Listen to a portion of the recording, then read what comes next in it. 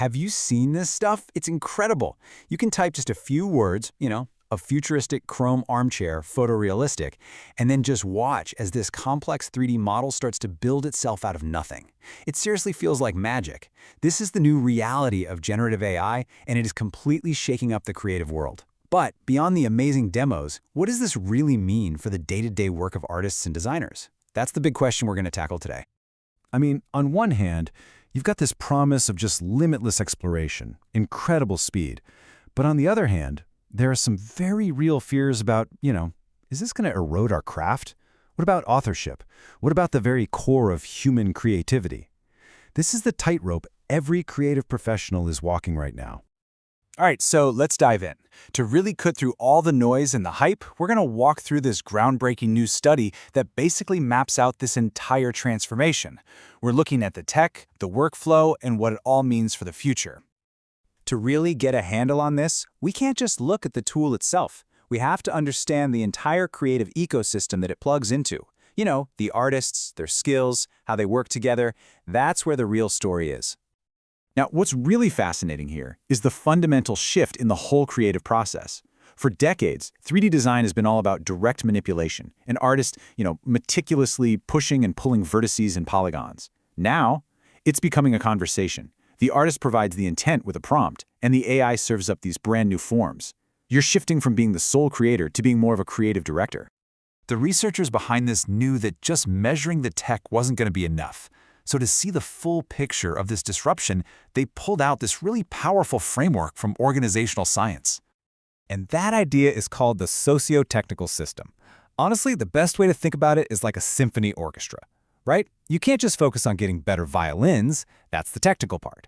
You also have to consider the musician's skills, how they play together, the sheet music they're using, that's the social part.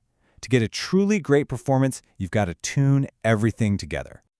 And this diagram? This is basically the researcher's roadmap. See how the AI tech on the left feeds into two different streams? You've got the technical side, the tools and the processes, and the social side, the people and how they collaborate. The key insight here is that the effects aren't direct. They get filtered through how people actually adopt and use the tools, and that is what leads to the final outcomes on the right, the changes in efficiency, quality, and value. So let's get into the first major part of this investigation. The researchers basically put a real-world 3D animation pipeline under a microscope. They wanted to measure, with cold, hard data, where AI is truly making things faster and where it might just be hype. So to do this, they broke the whole animation process down into these 4 distinct stages. You start with the initial ideas in pre-production, then you build the models and stuff in asset creation, then you make them move in animation production, and finally, you polish everything up in post-production. This let them pinpoint exactly where AI was making a difference. So, what do you think? Take a guess. With all the hype around AI image generators, you'd think the biggest efficiency gains would be right there at the beginning, in pre-production, with all the concept art and storyboarding. I mean, that's the logical assumption, right? Well, when the data came in, it completely flipped that assumption on its head. This heat map shows the efficiency scores across 10 different projects. Dark blue means super high efficiency. And what you see right away is that the pre-production stage is surprisingly light blue. The big gains were somewhere else entirely. So the crucial point is this. The single biggest bottleneck, the least efficient part of the entire pipeline was animation production. Turns out the current AI tools really struggle with the complex, nuanced art of character performance, timing, and emotion. And the difference is just staggering. Look at this comparison. Animation production had this dismal average efficiency score of just 0.04, but post-production an absolutely stunning 0.91. AI excels at the standardized technical tasks at the end of the line, things like rendering, denoising, and color correction. But it's a major drag on that core creative performance. And this led them to the core paradox of the whole study. Teams were using AI the most in pre-production for all that brainstorming, but that high usage just didn't translate to high efficiency. Meanwhile, a very targeted, almost surgical use of AI in post-production, it yielded massive gains. It's not about how much you use AI, it's about where and how. Okay, so this paradox is what drove the researchers to their second study. If it's not just about raw speed, then what is the actual working relationship between a designer and an AI? How are they actually collaborating? Well, through focus groups and experiments, they found that AI's value changes completely depending on the kind of thinking you're doing. Is the task divergent, where you're just exploring tons of different ideas? Or is it convergent, where you're totally focused on executing one single, high-quality solution?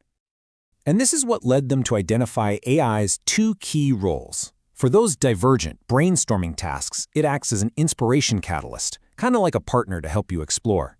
But for convergent, execution-focused tasks, it becomes an efficiency assistant, a tool for getting a specific job done perfectly and fast. The same technology is playing two totally different parts on the team. All right, so let's pull back and see how this all builds up to the big picture. What does all this research tell us about the new rules for working in this AI era? First, check out this fascinating little detail from the study. One of the animation projects achieved a super high efficiency score while using AI for only 1% of its total production time. 1%? This is powerful proof that technology is not a magic bullet. Strong fundamentals like good team organization and deep human expertise are still massive drivers of success. So really, all this research boils down to these key takeaways. First, it's not about man versus machine. It's about man with machine. Second, context is king. Just like we saw with that efficiency paradox, the value of AI totally depends on the task, which leads to the most important point. Human expertise is amplified, not replaced. The role of the creative director, of having that clear vision and taste, has never been more critical to guide this powerful new partner. So we're really past the point of asking if we'll use these tools. The real question now is how. How do we integrate them intelligently? How do we know when to use AI as an exploration partner and when to use it as a precision assistant? That is the challenge, and honestly, the opportunity for every single creator out there to figure out.